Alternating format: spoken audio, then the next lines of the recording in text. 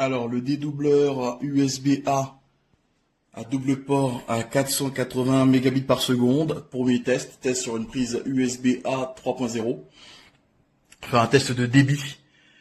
On a utilisé une clé USB aussi qui est proposée sur Amazon. Voilà. Et bah ici, on a les tests avec l'adaptateur. Voilà. Et je vais sortir le test de la clé USB tout seul, sans l'adaptateur. On voit que sans l'adaptateur, allez, je prends le SEQ1M.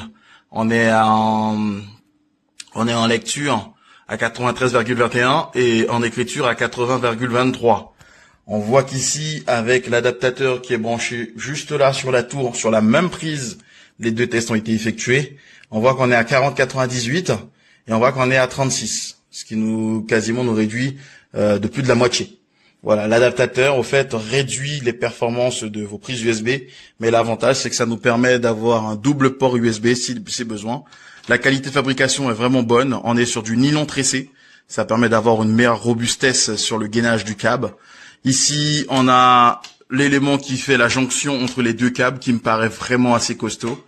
Voilà, c'est pas du plastique, ça ressemble plus, c'est un mélange de plastique renforcé.